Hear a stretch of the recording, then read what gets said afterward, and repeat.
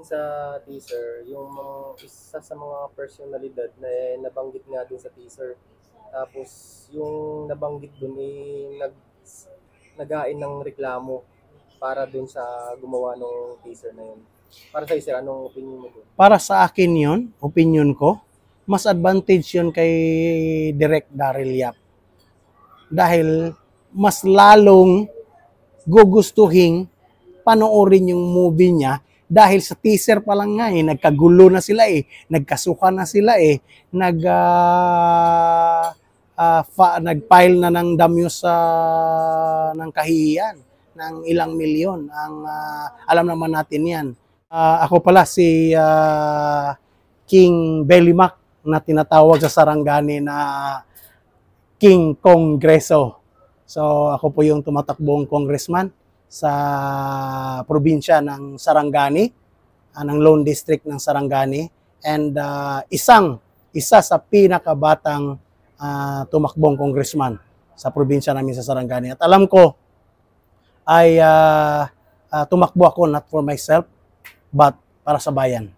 And alam ko na mas malaki pang may tulong ko sa aking probinsya kung if ever tawagin man ako ng aking mga kababayan taga Sarangani na maglingkod sa kanila. Magandang gabi po sa inyo, sir. No?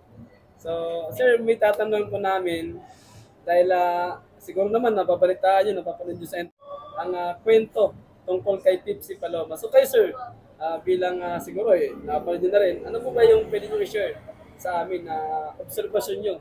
So, ang sa akin lang ay kahit pinanganak ako ng 1983, pero hindi naman nakatago or hindi naman hit sa kaalaman ng lahat yung kilalang si Pepsi Paloma, yung nangyari sa kanya. Number one, nangyari sa kanya, and of course, kilala siya na actress.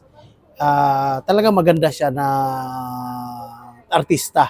And alam naman natin, nagsimula siya nag-artista ay batang-bata pa. Below 18 pa siya. I think 14 years old siya na scout siya, na naging artista. And yun nga, marami tayong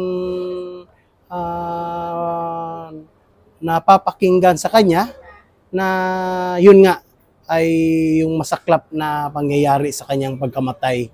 So, kahit tingnan natin, open book naman yan Public knowledge naman yan lahat Kahit tingnan mo yan siya sa Google, kung i-type mo ang Pepsi Paloma, lalabas doon kung ano ang nangyari talaga sa kanya. Paano siya namatay, sinabi nga na nagbigti. So, ang tanong natin, ang pamilya niya, na close case na ba yung sinabing nagbigti siya? Tanggap ba ng kanyang pamilya yung nangyari ng kanyang anak, ng kanilang kapatid, ng pinsan, ng kanilang relative na naghang siya sa nakita na lang sa kanyang apartment. So, yun yung isa sa malaking question. So, talaga bang sinabi nga sa mga balita-balita, talaga bang nagpakamatay siya? Or talagang may foul play? So, nakakaawa naman yung buhay niya. And para sa akin, dahil open nga yung buhay ni Pepsi Paloma, mga ka-vlogger at mga kapakinig, kung isipin mo, yung ano ba, yung life ng isang tao na masyadong trending noong unang panahon, pero hindi lang the same na trending ngayon na meron na tayong social media. So, tinatanong nga kung paano siya namatay. Talaga bang ginahasa siya ng mga kilalang celebrity ngayon? or would say mga bilyonaryong mga celebrity na ngayon. So, normal, yung pamilya siguro niya ay hindi kaya sigurong magpatuloy nung case siguro. Kaya, ganun ang nangyari. Pero, kung makita kasi natin, nagtitrending kasi yung pag-apology ng sinasabi nga nila sa mga balita-balita na nag-apology nga ang mga suspect. So, bakit ka mag-apology? Ako, kung hindi ko yung ginawa, yung masamang ginawa, hindi ako mag-apology. Kahit pa patayin din ako or would say ibigti din ako, hindi ako sa Bisaya pa. Kahit ilang biti nila ako, hindi ako mag-accept, hindi ako mag-apologize sa kasalanan na hindi ko ginawa. So, yun yung isa sa malaking tanong at kaya nga nagtitrending. Pero para sa akin naman din, yung paggawa ng movie ni Director Daryl Yap ay kung ang importante lang talaga na yung lahat ng nakalagay ng script niya doon sa movie niya, dapat may supported na mga document. For example, mga pangyayari doon sa court proceeding, anong nangyari doon sa korte, dahil pwede mo naman yung i-request yan dahil public knowledge naman yan, lalo na kung nasa likod ni Direk Daryl Yap ay ang pamilya mismo ni Pepsi Paloma. Posible yun dahil may karapatan sila na ilagay sa movie or anong tawag nun sa Tagalog, talambuhay. Parang ano yung nangyari sa buhay niya. And sabihin natin, masakit yung nangyari kay Pepsi Paloma, yung ending niya, but alam naman natin na meron din siyang contribution sa television ng Pilipinas. And alam natin na kaya nga pinangalanan siyang Pepsi dahil may mga magagandang mga babae noong unang panahon at alam pinangalanan sila ng mga bottled soft drinks. So yun lang ang challenge natin na sana ay dahil nga tayo ay mga bata pa sa nangyari na yon, sana mabigyan tayo ng lesson or mabigyan tayo ng idea or would say ma-enlighten yung history kung ano talaga ang nangyari.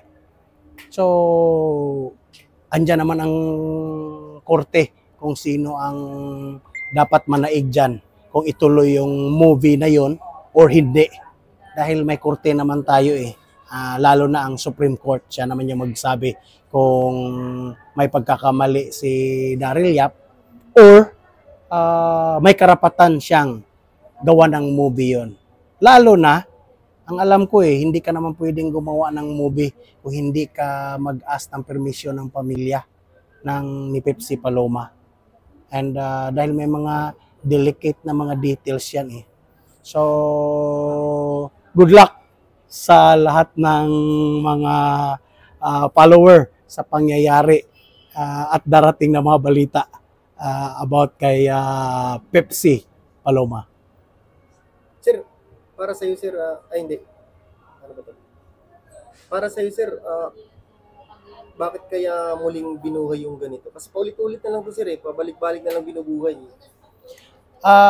Posibleng binuhay yan siya, yung movie na yan, dahil alam naman natin na si Direk Daryl Yap ay magaling na direktor. Kita nyo naman kung ano ang movie na nagtrending niya, yung Made in Malacanang. Talagang ito si Direk Daryl ay trending na direktor. Magaling na mamili ng life story.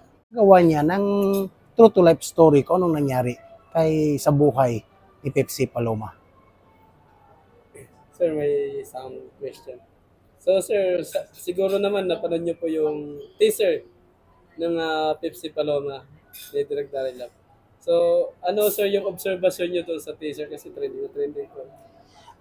Ang observe ko doon sa teaser na yon ay ah, ah, talagang makita natin na may mga names na na-mention doon.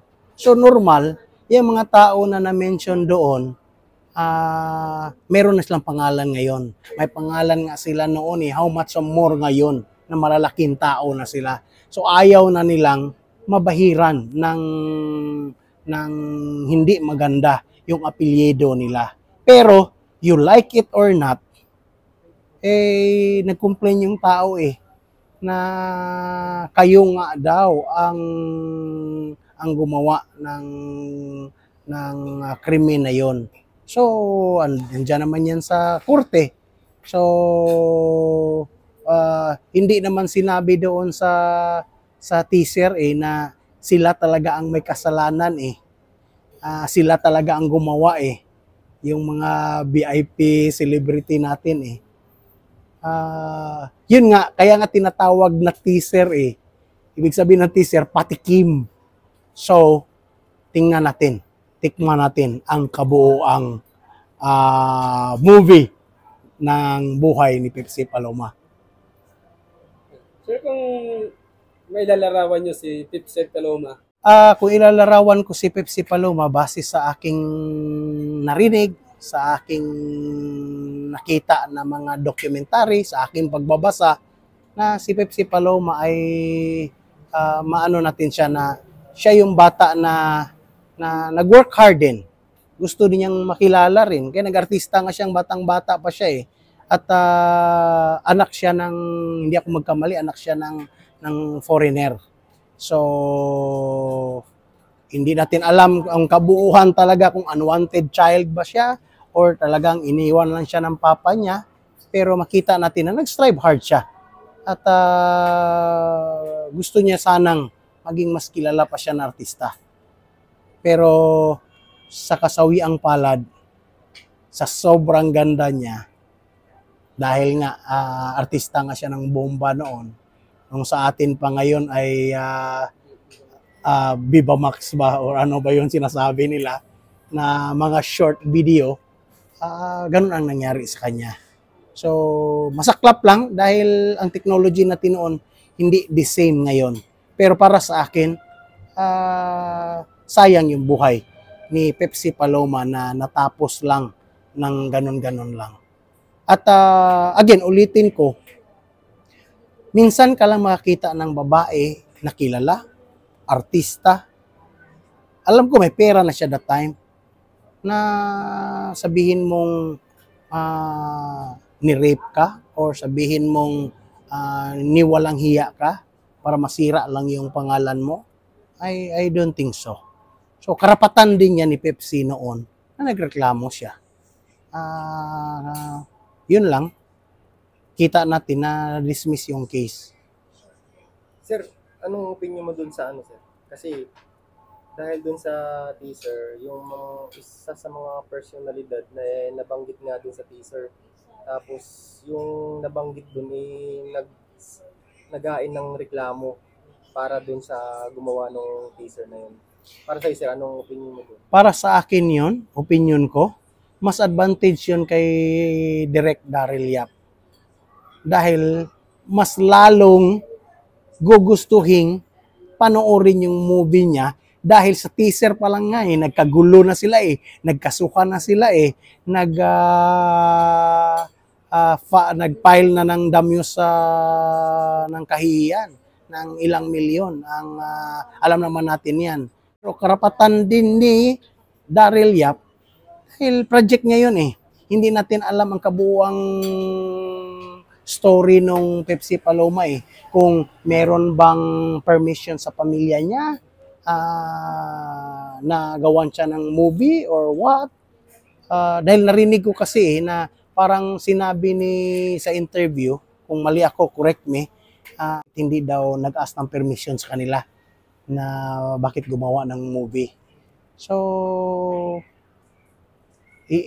hindi naman sila yung Hindi naman nilagay doon ang pangalan nila sa movie na yun. Hindi naman yung biography nila eh. Kay Paloma yun na, Pepsi Paloma yun na movie. So, posible na ang pamilya ni Pepsi Paloma ang nias ng permission ni Daryl Yap. Hindi naman siguro ganon si Direk Daryl Yap ka babaw eh. Nagagawa lang siya ng movie. Tulad sa akin, gawa niya ako ng movie. Congressman King Belimac ng Sarangani, tatakbong congressman. At kung hindi ako papayag, so dapat permission talaga yon. Sir, para sa'yo, sir, di ba, naghain na nga ng reklamo. Sa tingin mo, sir, si Direk Daryl Yap may panalo dito sa kaso na to? Para sa akin, ay kumuha siya ng magaling na lawyer din eh. Alam naman natin kung gaano kagaling si attorney Fortune. And diyan natin ang maganda diyan natin malalaman ang paligsahan nila. Na sana yung case na yon ay natulog na. Baka dahil sa pag-complain na yan, baka sa movie na yan, baka mabubuhay ang case na yan. Yan ang pinaka-worst. Dahil, ang forensic ngayon, mga kababayan natin, maniwala ka ba, ang US forensic examination, US ang alam ko eh, pinakamagaling, na ang buto, ang patay ng tao, kahit pa 50 taon yan, nagsasabi yan kung anong nangyari talaga. Baka ang mangyari doon, i-exhume yun. Kunin yung buto ngayon ni Pepsi Paloma. Malalaman na tuloy kung talagang nagbigti ba siya or ni-murder siya. Maniwala kayo, posible yun. Dahil minsan, naniniwala ako sa soul ng tao eh. Baka hindi pa peaceful ang pagkamatay niya eh. Kung if ever na ni-murder nga siya. May gagamitin na tao para magkaroon ng hustisya. Hindi natin alam. And ang advantage din sa side nila, kung mapatunayan talaga nila na wala silang kasalanan or whatsoever, na bintang-bintang lang yun siya, then lalong lilinis ang kanilang pangalan. Yun ang pinakamaganda. So, fair and square yun siya. So, the bottom line doon, mako-close yung case ni Pepsi Paloma kung ano talaga ang nangyayari. Hindi natin alam dahil sa movie na yan, mabigyan ng tuldok ang buhay niya kung ano talaga ang nangyari. Maniwala ka sa akin, marami ang paraan. Ang MTRCB, dito lang naman yun na movie na mangi ka ng license eh. Paano kung i-grab yan siya ng international movie? Paano kung kukunin yung movie na yan ng Hollywood? Ha? Dahil nag-trending nga siya. Paano kung gawan ng paano mo i-control? Sabihin mo, hindi mo i-play dito sa Pilipinas, pero mapi-play lahat sa YouTube, mapi-play lahat sa Netflix, mapi-play lahat sa Dahil maniwala ka sa akin sa hindi, maniwala ba kayo na ang katotohanan talagang lalabas ang katotohanan? Walang aso, walang ang usok na sa Bisaya pa, wala kay aso nga makumkum. Talagang lalabas talaga yung usok. Magandang tanong yan. So, sir, siguradong kayo mismo, sir, siguro gusto niyo rin mapanood. Mapanood ako kung karapatan ng taong namatay yun eh, nabigyan ng story yung life niya kung ano talaga ang nangyari. So, pwedeng yung movie na yan, dalhin nila doon sa Sarangani kung saan ako nakatira. Meron ba, baka may scene yan ng mga resort. I can lend my resort doon. Baka doon may mga pangyayari na, I can support. Basta para sa pelikulang Pilipino, I can support kay Direk Daryl Yap. Resort ko, pwede siyang gumamit for free.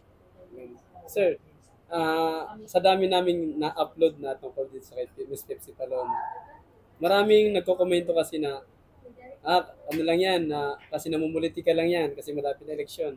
Kaya ilalabas yung movie na yan. Magandang tanong yan siya. So, normal, ang lahat naman maniwala ka. Tapos ang eleksyon, before election, namumulitika ka. After ng eleksyon, namumulitika pa rin ang mga politisyan. Pero, may dalawang advantage yan na mangyari. May dalawang side yan ng coin. Advantage sa mga politician na na-mention sa movie na yan, or disadvantage nyo sa mga politician na nadawit sa movie na yan. Pwede yan ang rason na lalo ka pang manalo, pwede din yung rason na lalong matalo ka. Kung hindi mo yun mabigyan ng magandang defense. So, sir, sa teaser, sir, para sa inyo, nahuhulaan nyo na ba kung ano yung ending ng movie? Nahulaan ko ang ending ng movie na yon. Maniwala kayo. Sa susunod na interview ko, sasabihin ko. Sasabihin ko, may magandang ending yan. Sir, last na lang. Anong masabi mo kay Direk Daryl Yap sa tapang niya sa paggawa ng movie na ito? Believe ako sa kanya. Kaya sinabi ko nga sa iyo ang tapang niya, nakita ko sa tapang ko na nakipaglaban ngayon sa sitwasyon natin sa Pilipinas. So kung tama man, may tama man siyang na pinaglalaban, paglaban niya. Ako, nakita ko na may tama ako ngayon sa pinaglalaban ko ngayon sa ating bayan, I will stand for it. And I will spend my own money para ipalabas kung ano na talaga ang katotohanan. Dahil kung magbulag-bulagan lang tayo at shut up yung bunganga natin, walang mangyayari sa ating bayan. Maniwala ka.